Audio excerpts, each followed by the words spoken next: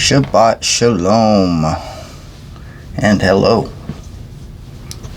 I suppose that's the same thing. Shalom and hello. Pretty much the same thing depending on the context you're using it in. Kind of redundant to say it, right? So, as I typically do, the Shema. Hear, O Israel, Yahweh our Elohim. Yahweh is one, and we will love Yahweh our Elohim with all of our heart, with all of our being, and with all of our might. And that is not an incantation, a chant, or a prayer. That is simply a reminder. That is what it is used for. A reminder. This is a reminder. A zitzi or zitziot. It's simply a reminder to remind you of what you need to be remembering. So most people that watch my channel are preppers of some sort or another. And we talk a lot about prepping and survival. We study a lot of prepping and survival. How to be prepared for just about anything and how to survive just about anything. Knowing that none of us will. Survive, that is. We all have to go sometime. Not enough people prepare for that. Not enough people understand that or come to that realization until later in their life that this is a temporary place. It's not meant to be permanent. We are here for a reason, but for a very short time. In the grand scheme of things, a very short time. Some of us shorter than others. Most people don't prepare for that. And that's what this is. This is your walkthrough, your guidebook. This is your instruction manual on how to prepare for that. I heard it said that our time here on this earth is like spiritual boot camp. And it really resonated with me. Spiritual boot camp. And we better get it right because we only got one shot at it.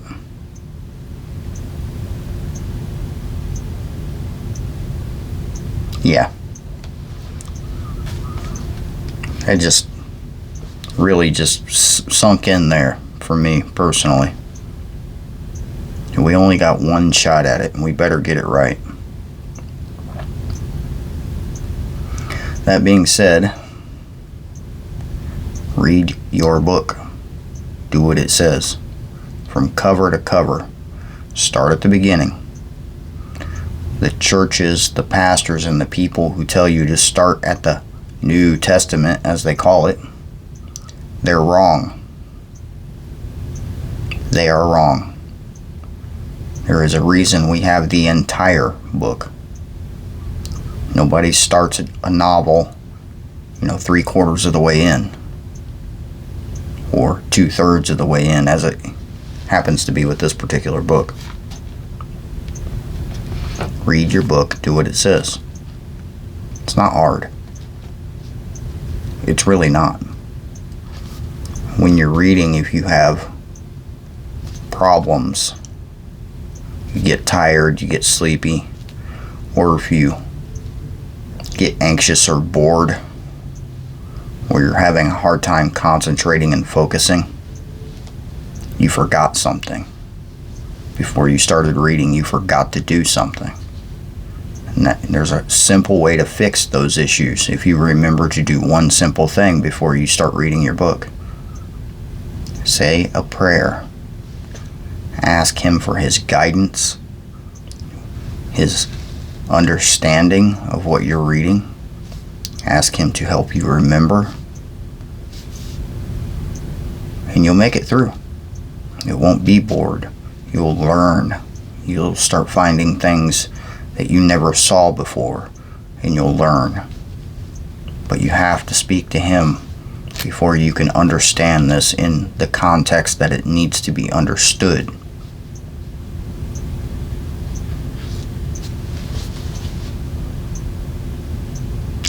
Okay. We left off right at chapter 4. We were just reading chapter 3 of Exodus. Shemot, or Shemath, or however you say it. Exodus in Hebrew. Chapter 3 is where we left off. We were talking about Moshe and how he's being instructed to go into Mitzrayim, Egypt, and what he is going to do there. He's being told by the Father what he is going to do there. He's giving him, a heads up. I want you to go here, and you're going to do this, and this is what's going to happen. He's giving him some inside information. Be good to have, right? Some inside information in certain aspects of our lives. I could find that useful. Yeah. And I don't mean lottery numbers or anything like that. I don't gamble. I don't put my stock into stuff like that. It's just, the book tells you not to do it anyway. Gambling. And that's what lottery is a gamble. You're wasting money when you do things like that. If he really wanted you to win the lottery, somebody would bring you a ticket, and a lottery ticket, and you wouldn't gamble anything for it. It would be a gift. Keep that in mind. Anyway, I'm going to shut up and start reading. Starting at chapter 4. I don't know how many chapters I'm going to get into, but I'm sure the title gave it away. We'll see. We'll find out together, right? Well, title gave it away, so you know before I do, technically. At this point, anyway. Anyway, chapter 4.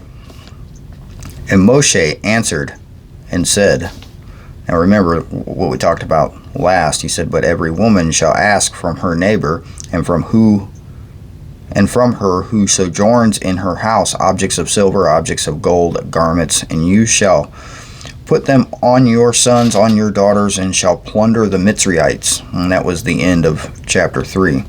And Moshe answered and said, and if they do not believe me, nor listen to my voice, and say, Yahweh has not appeared to you.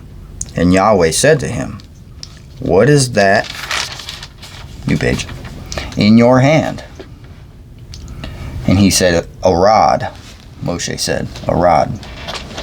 And he said, capital H, Yahweh, throw it on the ground. So he threw it on the ground, and it became a serpent. And Moshe fled from it. Yeah, that'd be kind of scary, wouldn't it? Would you flee from the serpent? Because I would probably aim a firearm at it. Just the first thought in my head. But yeah. Anyway, verse 4.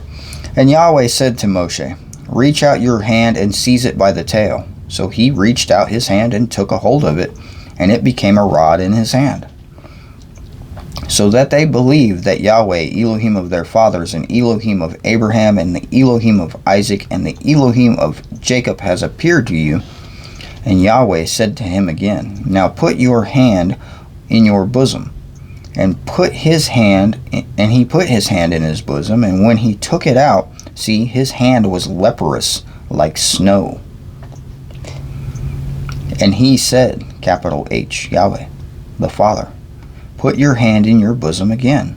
So he put his hand in his bosom again, drew it out of his bosom, and see, it was restored like his other flesh. And it shall be, if they do not believe you, nor listen to the voice of the first sign, they shall believe the voice of the latter sign. And it shall be, if they do not believe even those two signs, or listen to your voice, that you shall take water from the river and pour it on the dry land, and the water which you take from the river shall become blood on the dry land. And Moshe said to Yahweh, O Yahweh, I am not a man of words, neither before nor since you have spoken to your servant, for I am slow of speech and slow of tongue. And Yahweh said to him, Who has made man's mouth, or who makes dumb or deaf, or seeing or blind? Is it not I, Yahweh? I mean, seriously. And now go, and I shall be with your mouth and teach you what to say. But he said, O Yahweh, please send by the hand of whom you would send. And the displeasure of Yahweh burned against Moshe. And he said, Is not Aaron the Levite your brother? I know that he speaks well, and see, he is also coming out to meet you. And when he sees you, he shall be glad in his heart. And you shall speak to him and put the words in his mouth. And I am with your mouth and with his mouth, and I shall teach you what to do. And he shall speak for you to the people, and it shall be that he shall be a mouth for you, and you shall be an Elohim for him. It uses the Elohim in the same context as, for Moshe over his brother. And Elohim in that particular context is lowercase, but Elohim for the Father in every context is uppercased. So there are some explanations about that, but I'll go into that on my Monday video over on Patreon. And take this rod in your hand, with which you shall do the signs. Then Moshe went and returned to Jethro,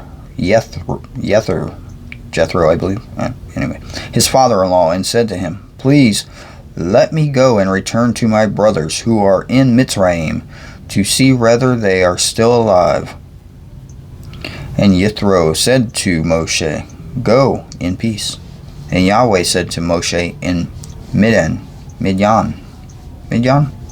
Go, return to Mitzrayim, for all the men are dead who sought your life. So you got to remember, it's been several years that he has been there with his father-in-law and his wife. So Moshe took his wife and his sons and set them on a donkey and returned to the land of Mitzrayim. And Moshe took the rod of Elohim in his hand. And Yahweh said to Moshe, As you go back to Mitzrayim, see that you do all the wonders before Pharaoh, which I have put in your hand. But I am going to strengthen his heart so that he does not let the people go. And you shall say to Pharaoh, Thus said Yahweh, Israel is my son, my firstborn. So I say to you, Let my son go to serve me. But if you refuse to let him go, see, I am killing your son, your firstborn. And it came to be on the way in the lodging place that Yahweh met him and sought to kill him. And Sipporah took a sharp stone and cut off the foreskin of her son and threw it at his feet and said, You are indeed bridegroom of blood to me. So he, capital H, let him go. Then she said, You are a bridegroom of blood because of the circumcision. And Yahweh said to Aaron, Go meet Moshe in the wilderness. And he went and met him on the mountain of Elohim and kissed him. And Moshe then told Aaron all the words of Yahweh, who had sent him, and all the signs in which he had commanded him. And Moshe went with Aaron and gathered together all the elders of the children of Israel. And Aaron spoke the words which Yahweh had spoken to Moshe. Then he did the signs before the eyes of the people. And the people believed. And they heard that Yahweh had visited the children of Israel, and that he had looked on their affliction. And they bowed their heads and did obeisance, I guess is how you said that. Yeah. And that is the end of chapter 4. Very interesting.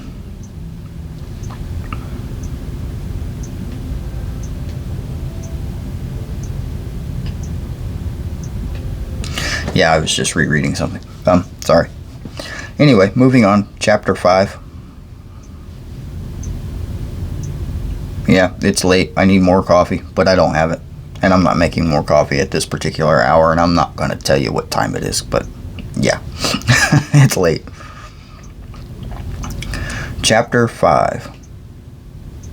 And afterwards Moshe and Aaron went in and said to Pharaoh, Thus said Yahweh, Elohim of Israel, let my people go, so that they celebrate a festival to me in the wilderness. Capital me, to Yahweh in the wilderness. And Pharaoh said, who is Yahweh, that I should obey his voice and let Israel go? I do not know Yahweh, nor am I going to let Israel go. And they said, the Elohim of the Hebrews has met with us. Please let us go 3 days' journey into the wilderness and slaughter to Yahweh our Elohim, lest he fall upon us with pestilence or with the sword. With the sword. I wonder what the father's sword looks like. Random thoughts. Verse 4. But the sovereign of Mitzrayim, the Pharaoh, said to them, Moshe and Aaron, why do you take the people from their work? Get back to your burdens. He's trying to send Moshe and Aaron back to their burdens. And Pharaoh said, see, the people of the land are many now, and you make them cease from their burdens. And the same day Pharaoh commanded the slave drivers of the people and their foremen, saying, you are no longer to give the people straw to make bricks as before. Let them go and gather straw for themselves, and lay on them the required amount of bricks which they had made before. Do not diminish it, for they are idle. And that is why they cry out, saying, let us go and slaughter to our Elohim. Let more work be laid on the men, so that they labor in it, and not pay attention to the words of falsehood. That Pharaoh, man, it's good not to be him, right? And the slave drivers of the people and their foremen went out and spoke to the people, saying, thus said Pharaoh, I do not give you straw. Go take straw for yourself wherever you find it, for your work shall not be diminished. And the people were scattered in all the land of Mitzrayim to gather stubble for straw. And the slave drivers were hurrying them on, saying, fulfill your actions, your daily matters, as when there was straw. Also the foremen of the children of Israel, whom Pharaoh's slave drivers had set over them, were struck and were asked, why have you not fulfilled your law in making bricks both yesterday and today as before? And the foreman of the children of Israel came and cried out to Pharaoh, saying, why do you treat your servants this way? See, the foremen were also just higher up Hebrews, if I'm not mistaken. There is no straw given to your servants, and they say to us, make bricks, and see, your servants are struck, but your own people are at fault. But he said, you are idle, you are idle. He said it twice. That is why you say, let us go slaughter to Yahweh. So now go work, and straw is not given to you, but deliver the amount of bricks. And the foreman of the children of Israel saw that they were in trouble after it was said, you are not to diminish your daily amount of bricks. And when they came out from Pharaoh, they met Moshe and Aaron, who stood there to meet them. And they said to them, let Yahweh look on you and judge, because you have made us loathsome in the eyes of Pharaoh and in the eyes of his servants, to give a sword in their hand to kill us. And Moshe returned to Yahweh and said, Yahweh, why have you done evil to these people? Why did you send me? For ever I came to Pharaoh to speak in your name, and he has done evil to this people, and you have not delivered your people at all. Well, he's just a man. Yeah, dude can just yeah. I don't know if I'd have the stones there to talk to the Creator in that particular manner. Just you know, imagine being a little kid and walking up to your dad and saying, "Hey, man, what are you doing to me? Why ain't you doing your job?" Yeah, what would your dad have done if you went, "Hey, why ain't you doing your job?" as a little kid to your dad? Because I know what mine would have done. Like, well, pop, shut up, boy. But yeah.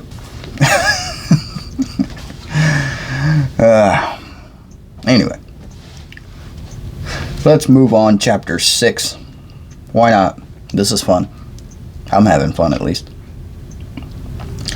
And Yahweh said to Moshe, "Now see what I do to Pharaoh, For with a strong hand he is going to let them go, and with a strong hand he is going to drive them out of his land. And Elohim spoke to Moshe and said to him, I am Yahweh, and I appeared to Abraham, to Isaac, and to Jacob, as El Shaddai, and my name, Yahweh, was I not known to them? And I also established my covenant with them, to give them the land of Canaan, and the land of their sojourning, in which they have sojourned. And I have also heard the groaning of the children of Israel, who the Mitzrites are enslaving, and I have remembered my covenant. Say therefore to the children of Israel, I am Yahweh, and I shall bring you out from under the burdens of the Mitzrites, and shall deliver you from their enslaving, and shall redeem you with an outreached arm and with great judgments, and shall make you as my people, and I shall be your Elohim, and you shall know that I am Yahweh your Elohim, who is bringing you out from under the burdens of the Mitzrites. And I shall bring you into the land which I swore to give to Abraham, to Isaac, and to Jacob, and give it to you as an inheritance. I am Yahweh. And Moshe spoke thus to the children of Israel, but they did not listen to Moshe because of the shortness of spirit from the hard slavery, which was the point of the hard slavery, wasn't it? And Yahweh spoke to Moshe, saying, Go in, speak to Pharaoh, sovereign of Mitzrayim, and let the children of Israel go out of his land. And Moshe spoke before Yahweh, saying, The children of Israel have not listened to me, and why would Pharaoh listen to me? For I am uncircumcised lips, for I am of uncircumcised lips. And Yahweh spoke to Moshe and to Aaron, and gave them a command for the children of Israel and for Pharaoh, sovereign of Mitzrayim, to bring the children of Israel out of Mitzrayim. These are the heads of their fathers' houses, the sons of Reuben, the firstborn of Israel, Hanok, Palu, Hezron, and Carmi. And these are the clans of Reuben, and the sons of Shimeon, Yemuel, and Yamin, and Oad, and Yakin. Yakin. He's Yakin. And Hosar, and Shaul, and the son of the Canaanite woman. And these are the clans of Shimon. And these are the names of the sons of Levi according to their generations: Gershon, and Quilith, and Merari. And the years of the life of Levi were 137. Names. And the sons of Gershon, Libni, Shimei, according to their clans. And the sons of Queheth, Amram, and Yitzhar, and Hebron, and Uzziel, Uziel. And the years of the life of Quehath, that's how it was, Quehath, were 133. And the sons of Merari, Mahali, and Mushai. These are the clans of Levi, according to their generations. And Amram took for himself Jochebed, his father's sister, as a wife, and she bore him Aaron and Moshe. And the years of the life of Amram were 137. And the sons of Issachar, Korah, and Nepeg, and Zikri, and the sons of Uzziel, Mishael, and Elsaphan, and Sithri. Aaron took to himself Elsheba, daughter of Amminadab, sister of Nashron, his wife, and she bore him Nadab, and Eb something or another, and Eleazar, and Ithamar, and the sons of Korah, Asher, Elquana, whatever, and Abla something or another. These names are killing me. They really are. And these are the clans of Korites. And Eleazar, Aaron's son, took for himself one of the daughters of Putiel as wife, and she bore him Phinehas. No, that's not what it really says. Phinehas. Phinehas. There's an H there. I meant to say the H. This is not going well. These are the heads of the fathers of the Levites, according to their clans. This is Aaron and Moshe, to whom Yahweh said, Bring out the children of Israel from the land of Mitzrayim, according to their divisions. And they were the ones who spoke to Pharaoh, sovereign of Mitzrayim, to bring out the children of Israel from Mitzrayim. This is Moshe and Aaron. And it came to be on the day when Yahweh spoke to Moshe in the land of Mitzrayim, that Yahweh spoke to Moshe, saying, I am Yahweh. Speak to Pharaoh, sovereign of Mitzrayim, all that I say to you. And Moshe said before Yahweh, See, I am of uncircumcised lips.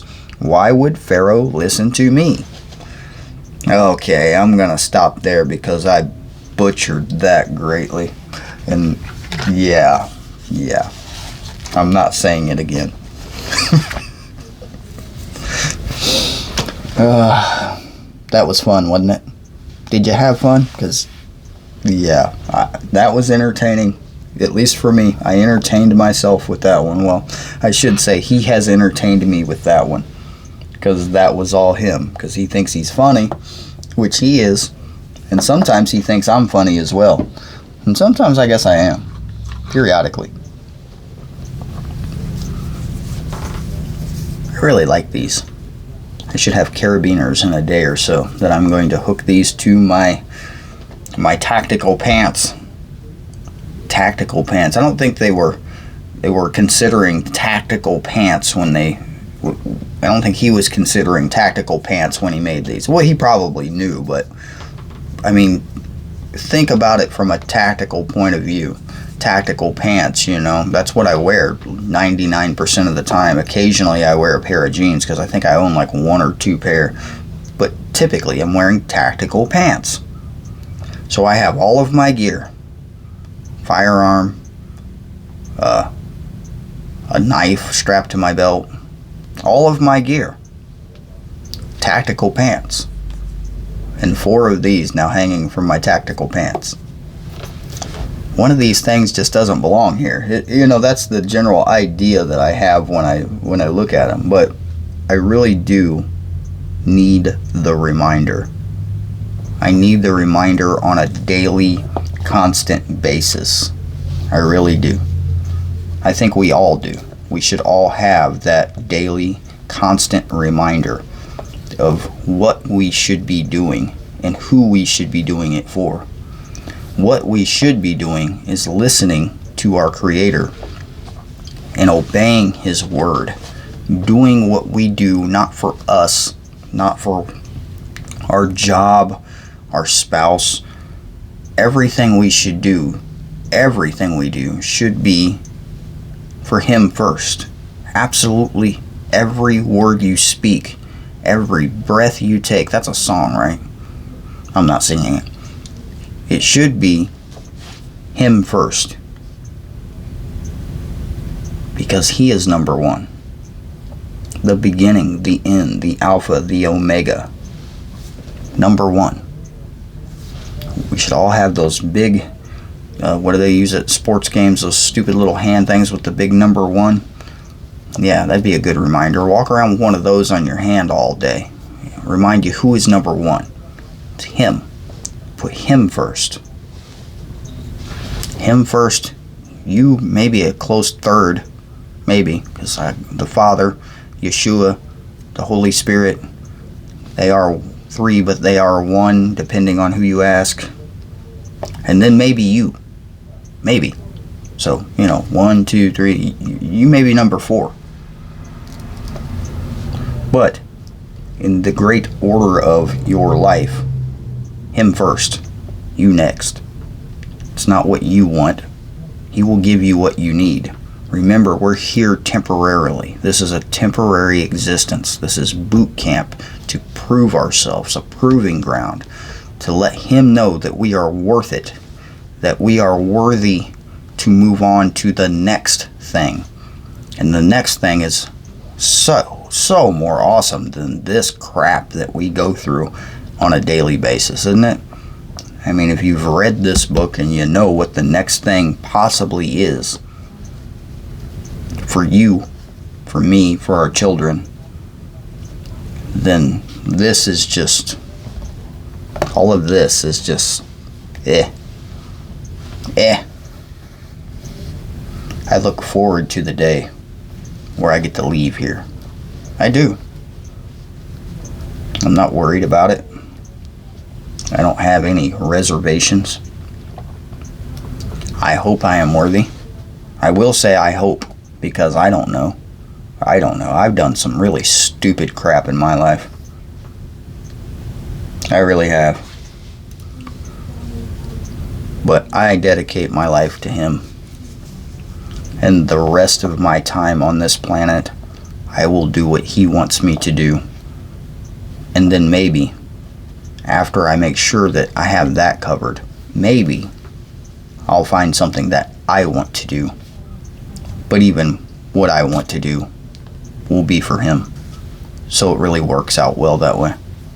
I'm shutting up now. Thank you for listening. This has been an interesting read, right? Shalom, everyone.